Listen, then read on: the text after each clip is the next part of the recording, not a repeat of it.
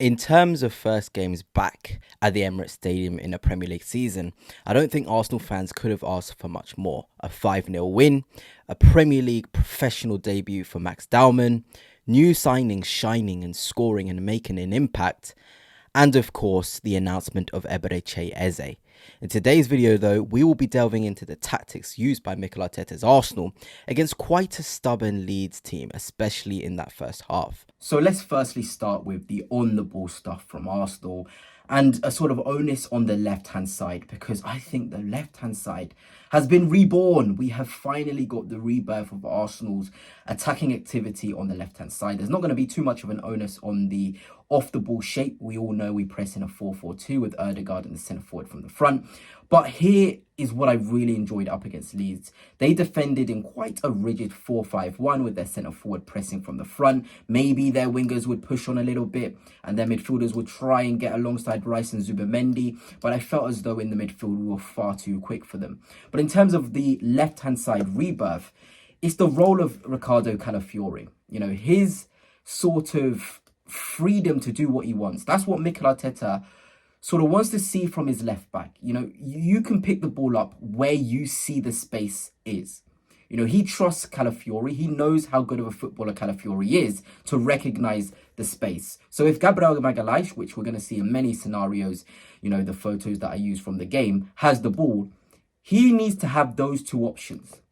Whether that's Madueke holding the width or Calafiori, that has to be what happens. They have to both occupy those spaces. It doesn't necessarily matter who it is at that time, but those spaces, in essence, need to be sort of occupied. It can be Calafiori and Madueke inside as well.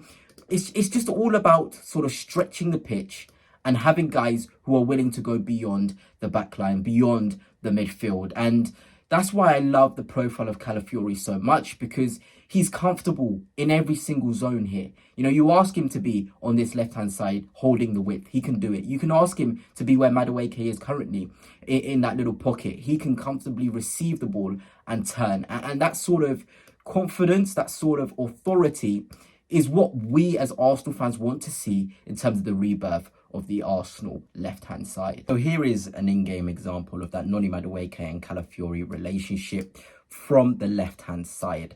So there they are. Currently in this sort of image, it is Noni Madueke holding the width, and it is Martin Ødegaard here on the ball. And it's just really interesting to see, you know, how they already both recognize when to do the rotations, because it wasn't just on this occasion where we saw this switch. It was on this occasion as well, where it is now Noni Madueke in the pocket of space and Riccardo Calafiori out wide. And it's those fluid rotations which confuse the opposition, because they don't know, okay, this could be the left back coming inside. Who's going to vacate that space? Who's going to take up that space? Sorry. That is what the Leeds defence and midfield were constantly thinking every single time Arsenal had the ball around the back line. And that's why I was really sort of impressed with Noni Madueke today, because off the ball, his recognition of Calafiori's movement was elite. It really was elite. I love to see that from someone just coming into the side. He knew, okay, Calafiori's here. Let me take up the middle space. And he did it really, really quickly. Here is another example, more so when Arsenal have the ball in the opposition box. Noni Madueke there, Riccardo Calafiori there. You know, it could easily be Noni Madueke inside there and Riccardo Calafiori holding the width. And it's this sort of fluidity, and I'm going to keep on saying the word fluidity because it's so important against these low blocks, these really rigid defensive structures. The recognition of when to enter a space and when to leave a space so someone else can take it up. It really, really is smart, because it gives the person on the ball multiple options, because that rotation between Madueke and Calafiori happens in an instant. It allows the Leeds defender no chance to adapt to the quick change and the quick rotation. And we leave someone like Noni Madueke the sort of ability and the sort of chance to go 1v1. He can take it into the byline. He can play it back into Rice.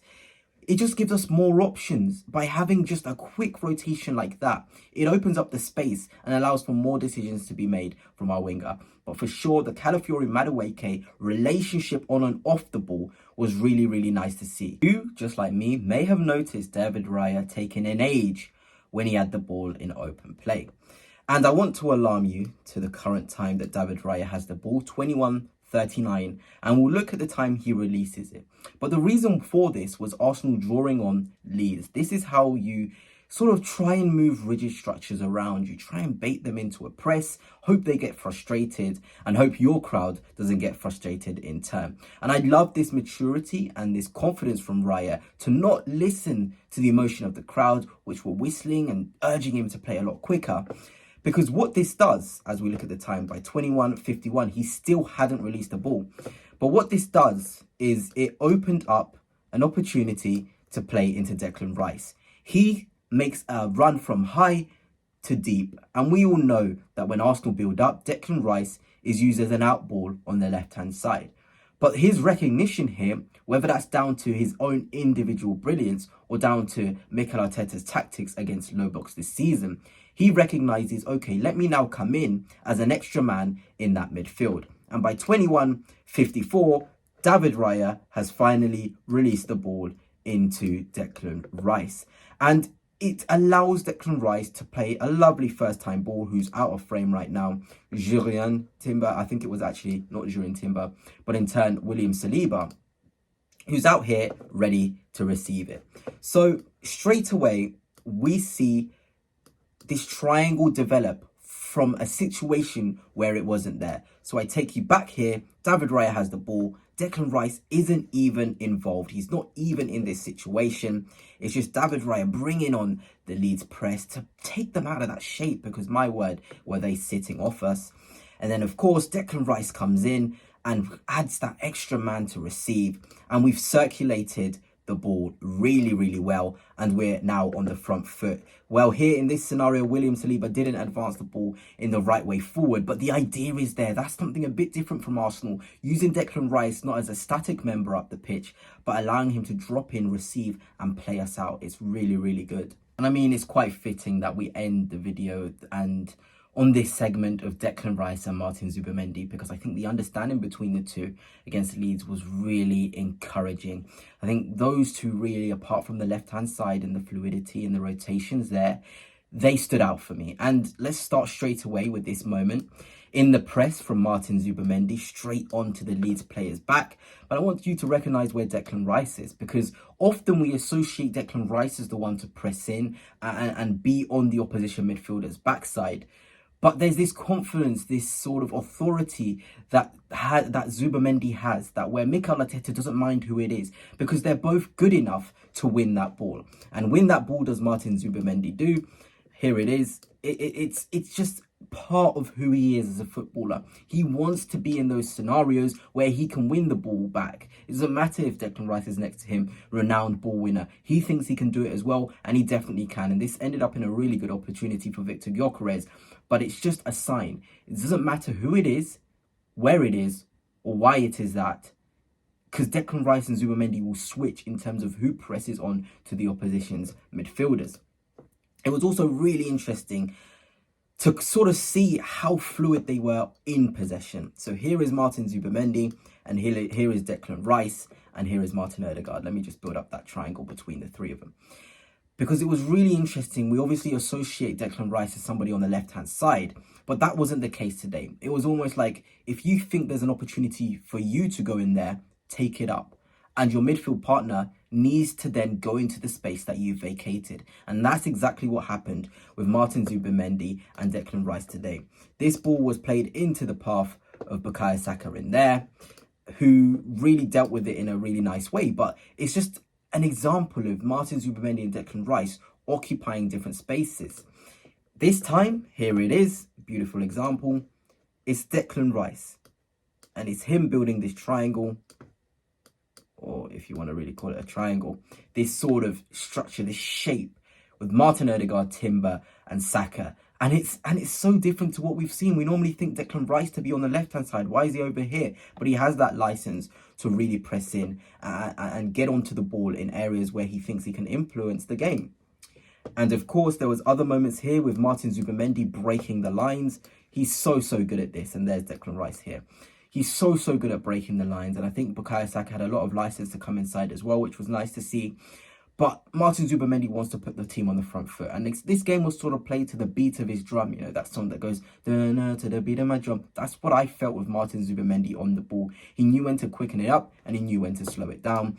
Here is another example, a different sort of example in terms of, you know, of course, Bukayo Saka receiving. But that is lovely. I love this. Look who's on their bike. The whole front three is on their bike. Even Jurriën Timber, who is somebody I haven't gone in focus on in this video, he was doing the same movements as Calafiori in terms of being on the final man, in terms of runs from deep into the final third. It was nice to see, and obviously I would have loved to talk more about him. But I just love to see it. I just love to see runners, players who want to get forward, want to attack certain spaces. Gyökeres here, if I can get the right arrow, sorry. Gyökeres here, attacking there. Timber in there. And then, of course, Noni Madueke in there. That is what Mikel Arteta will love to see after turning around the midfield, or the opposition of the midfield. And of course, in terms of on the ball, there's a lot more responsibility for Declan Rice in the build-up. Here's Martin Zubimendi, this time behind the front three of Leeds lines. And yeah, that's what I said earlier on, where I saw Declan Rice coming from a higher position into a deeper position to circulate the ball. There is this sort of confidence in Declan Rice to be able to do that, because he's got a lot better on the ball and he's a lot more authoritative in the build-up, which is always lovely to see from an Arsenal standpoint. And of course, here is another example of Martin Zubimendi and Declan Rice being really near to each other. And of course, Ethan Nwaneri was on the pitch by this point. But as you can see there is this sort of onus on the attacking midfielder to be higher up the pitch, in the pockets, in the 10 spaces. And of course, I haven't talked about Nwaneri. I've talked a bit about Odegaard. But Eze is going to thrive. It's just going to be on him to just dominate the final third, be in the final third. The build-up, we've got Declan Rice and Zubimendi. They have the understanding, and it is really, really good. But anyway, I hope you have enjoyed this breakdown of Arsenal versus Leeds. Let me know what you have learned. But there's a lot of new things from Arsenal. A new clicking left-hand side and a midfield too who have such a great understanding of each other.